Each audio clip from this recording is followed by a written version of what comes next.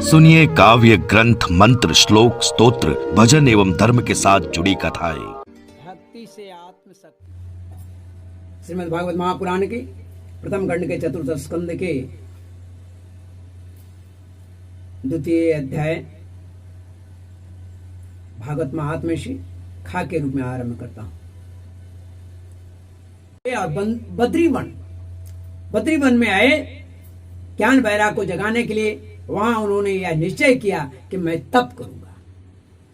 उसी समय उन्हें अपने करोड़ों सूर्य के समान तेजस्वी सनकादि ऋषिवर मिल गए, दिखाई दिए। उन्हें देखकर वे मुनि श्रेष्ठ करने लगे।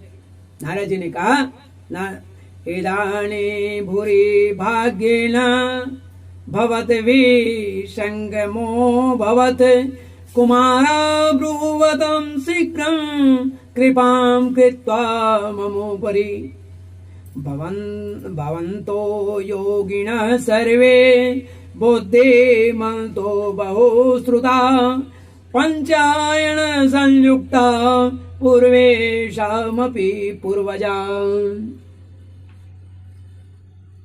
नारद जी ने कहा कि महात्माओं,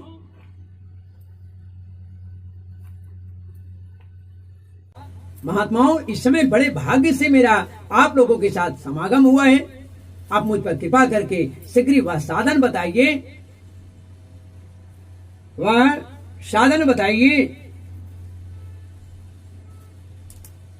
कौन सी साधन बताइए। तो कहते हैं कि आप सभी बड़े योगी, बुद्धिमान और विद्वान हैं। आप देखने में भले 5 वर्ष के लगते हैं, लेकिन सृष्टि का पहला आदमी है, पहला ऋषि है। 5-5 वर्ष के आप बालक जरूर हैं, लेकिन सृष्टि के पहले आदमी हैं, पहले ऋषि हैं। पूर्वजों के भी आप पूर्वज हैं। आप लोग सदा वैकुंठ धाम में निवास करते हैं, निरंतर हरि कीर्तन में तत्पर आते हैं। भगवत लीला मृत यानी भगवत लीला मृत का रसास्वादन कर सदा उसी में उन्मत्त रहते हैं। और एकमात्र भगवत कथा ही आपका जीवन का आधार है। हरि शरणम हरि शरणम। आपके हृदय में केवल भगवान मेरी रक्षा करें, भगवान ही हमारे रक्षक हैं, ऐसा ही भाव आपके हृदय में हो। इसलिए आज मुझे बतलाइए, मैं एक आकाशवाणी के प्रश्न से परेशान हूं। तब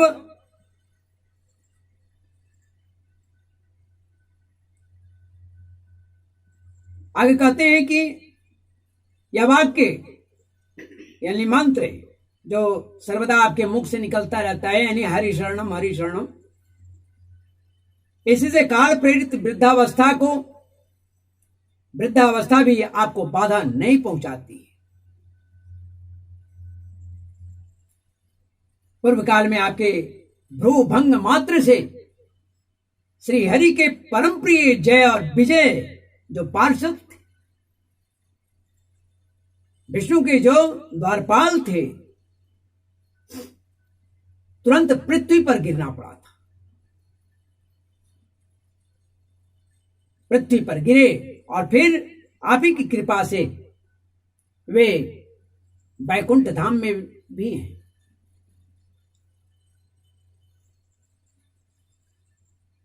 धन्य है, इस समय आपका दर्शन बड़े सौभाग्य से हुआ है। मैं अति दीन हूं, मैं अति बेबस हूं, और आप लोग स्वभाव से ही दयालु हैं, इसलिए मुझ पर आपको अवश्य कृपा करनी चाहिए। कहते हैं कि बताइए, आकाशवाणी ने जिसके विषय में कहा है वह कौन सा साधन है? क्योंकि वह आकाशवाणी सबने सुना है, आपने भी सुना है। आप मुझे किस प्रकार उसका अनुष्ठान करना चाहिए, आप मुझे किस प्रकार उसका अनुष्ठान करनी चाहिए, आप इसका विस्तार से वर्णन कीजिए। भक्ति, ज्ञान और वैराग्य को किस प्रकार सुख मिल सकता है, इसका विधान बताइए। और किस तरह इसकी प्रेम पूर्वक सब वर्णों में प्रतिष्ठा की जा सकती है, तब सनकादि ऋषि कहते हैं कि हे देवर्षि, मां चिंतां कुरु देवर्षे, हर्षं चित्ते क्षमावह, उपाय सुख साध्योत्र वर्तते पूर्व एव हि। अहो नारद धन्योऽसि विरक्तानां शिरोमणि, सदा कृष्णदासानां अग्रणीर्योग भास्कर। तब सनकादि ऋषियों ने कहा कि देवर्षि, आप चिंता ना करें, मन में प्रसन्नता लाएं, आप दुखी ना हो। उनके उद्धार का एक सरल उपाय पहले से ही विद्यमान है, मौजूद है, फिर अब चिंता क्यों करते हैं? नारद जी, आप धन्य हैं, आप विरक्तों के शिरोमणि हैं, श्री कृष्ण दासों के शाश्वत पथ प्रदर्शक एवं भक्ति योग के भास्कर हैं आप। भास्कर माने सूर्य। आप भक्ति के लिए जो उद्योग कर रहे हैं, या आपके लिए कोई आश्चर्य की बात नहीं है। आप तो सदा ही दीन बंधु हैं, सदा ही दूसरों पर दया करने वाले हैं, सुख पहुंचाने वाले हैं दूसरों को। तो आश्चर्य की बात नहीं आपको समझनी चाहिए। भगवान के भक्त के लिए तो भक्त की सम्यक स्थापना करना सदा उचित ही है। ऋषियों ने संसार में अनेकों मार्ग प्रकट किया है, किंतु वे सभी जितने मार्ग बतलाए हैं, कई तरह के मार्ग बतलाया गया है, लेकिन वे सभी बहुत ही कष्ट साध्य हैं, कठिनाई है उसमें। और परिणाम में अगर परिणाम मिला भी, प्रतिफल मिला भी, तो स्वर्ग तक ही सीमित रह जाता है। स्वर्ग के पुण्य च्युत होने पर, खत्म होने पर, पुनः वह पृथ्वीलोक में और उसके बाद जिन योनियों में, अधम योनियों में, या किसी न किसी शरीर को धारण करता है इसी पृथ्वी पर। तो अन्य साधन जो है यही सब है।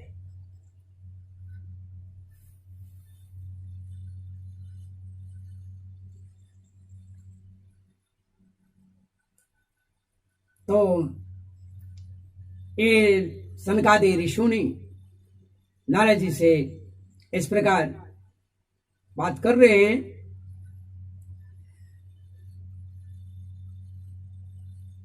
अभी तक भगवान की प्राप्ति कराने वाला मार्ग गुप्त ही रहा है, छिपा ही रहा है।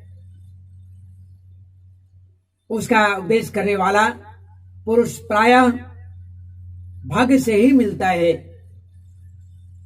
आपको आकाशवाणी से जिसे सत्कर्म का संकेत किया है, उसे हम बतलाते हैं क्या करना है। आप प्रसन्न हो, समाहित चित्त होकर सुनिए। नारद जी, द्रव्य यज्ञ तपो यज्ञ योग यज्ञ तथा परे, स्वाध्याय ज्ञान यज्ञाश्च ते तो कर्म विसूचका। हे नारद जी, द्रव्य यज्ञ, तपो यज्ञ, योग यज्ञ और स्वाध्याय रूप यज्ञ जो है, स्वाध्याय रूप यज्ञ, महाज्ञान यज्ञ जो है, ये सब तो स्वर्ग आदि प्राप्ति कराने वाले साधन हैं। ये स्वर्ग आदि लोगों को प्राप्त कराते हैं। स्वर्ग कर्म की ओर ये संकेत करते हैं। पंडितों ने ज्ञान यज्ञ को ही सत्कर्म यानी मुक्तिदायक कर्म का सूचक माना है। वह ज्ञान यज्ञ क्या है? तो वह है श्रीमद् भागवत महापुराण, श्रीमद् भागवत महापारायण। यही है ज्ञान यज्ञ, जिसका गान शुकादि ऋषियों ने किया है। सुखादि महान भावों ने किया है, उनके शब्द सुनने से ही भक्ति, ज्ञान और वैराग्य को बड़ा बल मिलेगा। इससे ज्ञान वैराग्य का कष्ट मिट जाएगा और भक्ति को आनंद मिलेगा।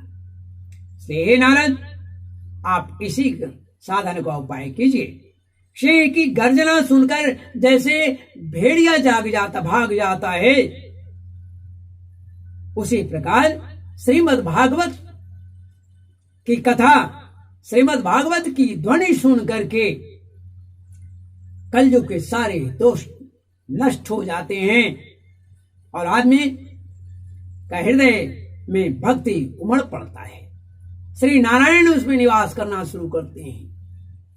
बोलिए श्रीमन नारायण भगवान की जय।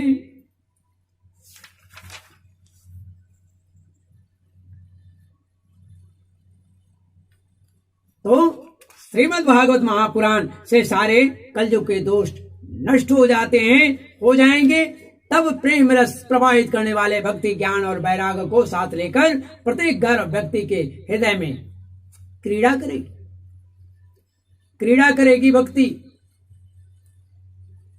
नारद जी ने कहा कि मैंने वेद वेदांत की ध्वनियां और गीता पाठ करके उन्हें बहुत जगाया, किंतु फिर भी भक्ति, ज्ञान और वैराग्य ये तीनों नहीं जगे। ऐसी स्थिति में श्रीमद् भागवत सुनाने से वे कैसे जगेंगे? क्योंकि इस कथा के प्रत्येक श्लोक और प्रत्येक पद में भी वेदों का ही तो सारांश है। आप लोग शरणागत वत्सल हैं तथा आपका दर्शन कभी व्यर्थ नहीं जाता है, व्यर्थ नहीं होता है। इसलिए मेरा यह संदेश दूर कीजिए, इस काज में विलंब न कीजिए। सनकादि ने कहा, वेदोपनिषदां साराज जाता भागवती कथा, अत्युत्तमा ततो भाति पृथक भूता फलाकृते आमूलाग्रं रसस्तिष्ठन् नास्ते न स्वाद्यते यथा श भूय संपृथक भूत फले विश्व मनोहरम। बड़ी गौर से सुनने की बात है। एक उदाहरण देते हैं सनकादि ऋषि, उसे गौर से सुनिए सभी। श्रीमद् भागवत की कथा वेद और उपनिषदों के सार से बनी है, निचोड़ से बनी है, बिल्कुल सही। इसलिए उनसे अलग उनकी फल रूपा होने के कारण वह बड़ी उत्तम जान पड़ती है। जिस प्रकार रस, ध्यान रखिएगा, जिस प्रकार रस वृक्ष की जड़ से लेकर फुतुंगी जिसको कहते हैं शाखा पर्यंत जितनी भी शाखाएं हैं उस सभी में रहता है, किंतु इस स्थिति में उसका आस्वादन नहीं किया जा सकता है, उसे चखा खाया नहीं जा सकता है। तब किसे खाया जा सकता है? वही जब अलग होकर फल के रूप में, सभी में वही रस है, शाखा हो, पत्ती हो, जड़ हो, तना हो, लेकिन जब वही रस फल बन करके अलग हो जाता है, फल रूप में आ जाता है, तब संसार में सभी को वह प्रिय लगने लगता है। बोलिए श्री लक्ष्मी नारायण भगवान की जय। श्रीमन नारायण नारायण नारायण, हरि हरि नारायण नारायण नारायण। दूध में घी रहता है, सभी जानते हैं, दूध में घी ही रहता है, किंतु उस समय उसका स्वाद अलग स्वाद नहीं होता है, अलग स्वाद नहीं मिलता है। वही जब उसे अलग हो जाता है तब देवताओं के लिए भी प्रिय हो जाता है।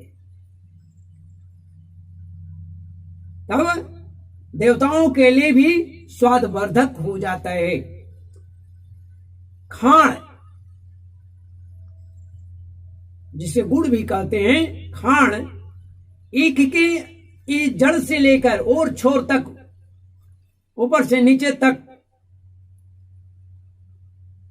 बीच में सभी जगह व्याप्त रहता है।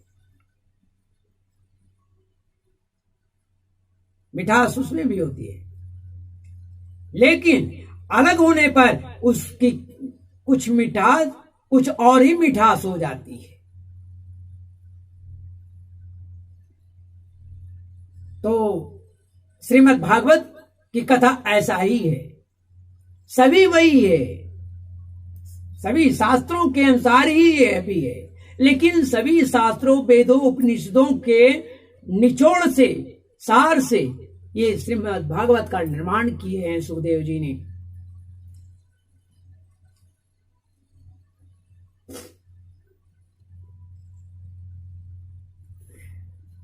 तो यह भागवत पुराण वेदों की समान है।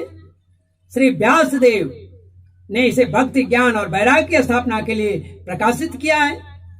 पूर्व काल में जिस समय वेद वेदांत के पारगामी और गीता की रचना करने वाले भगवान वासुदेव व्यासदेव खिन्न होकर अज्ञान समुद्र में गोते लगा रहे थे, उस समय आपने ही उन्हें 4 श्लोक बताया था, जिसे चतुर्मुखी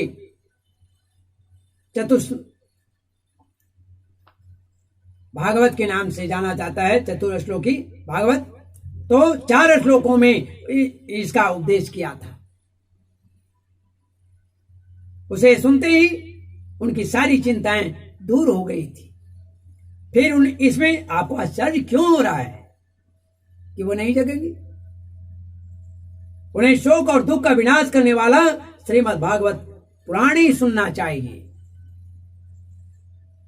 जब इस प्रकार सनकादि ने नारद जी को बतलाया, समझाया, तब नारद जी को प्रसन्नता हुई और उन्होंने सनकादि से कहा कि महानुभावों, यद दर्शनम च विनयंत सुवाणी सद्य श्रेयस्तनोति भवदुःखदवादिताणम्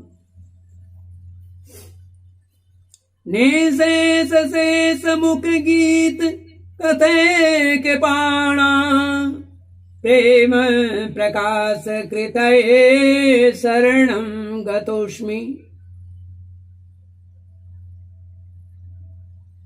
कहते हैं कि श्रेयस तनोति भव दुख दवार्दितानाम।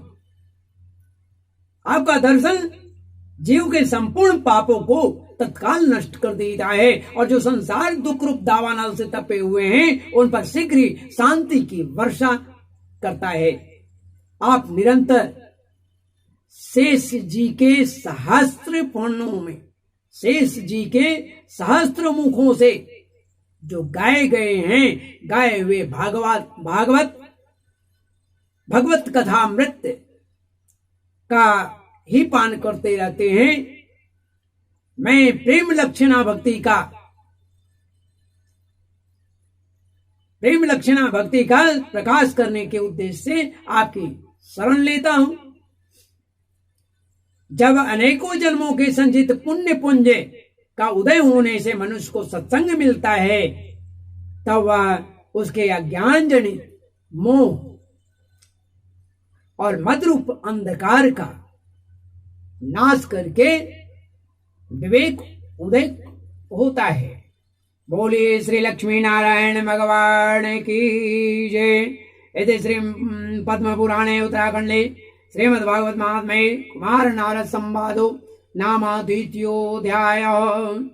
इस प्रकार श्रीमद् भागवत महापुराण के प्रथम खंड के श्रीमद् भागवत महात्म्य के द्वितीय अध्याय भक्ति का दुख दूर करने के लिए नारद जी का उद्योग हिंदी में मैं यहां पर समाप्त करता हूं ख के रूप में। इस अध्याय में लंबा होने के कारण का और खा के रूप में मैं इसे दे रहा हूं, त्रुटियों के लिए क्षमा करेंगे। जय जय गोपाल जय जय, राधा रमण हरि गोविंद जय जय गोविंद जय जय गोपाल जय जय श्री राधा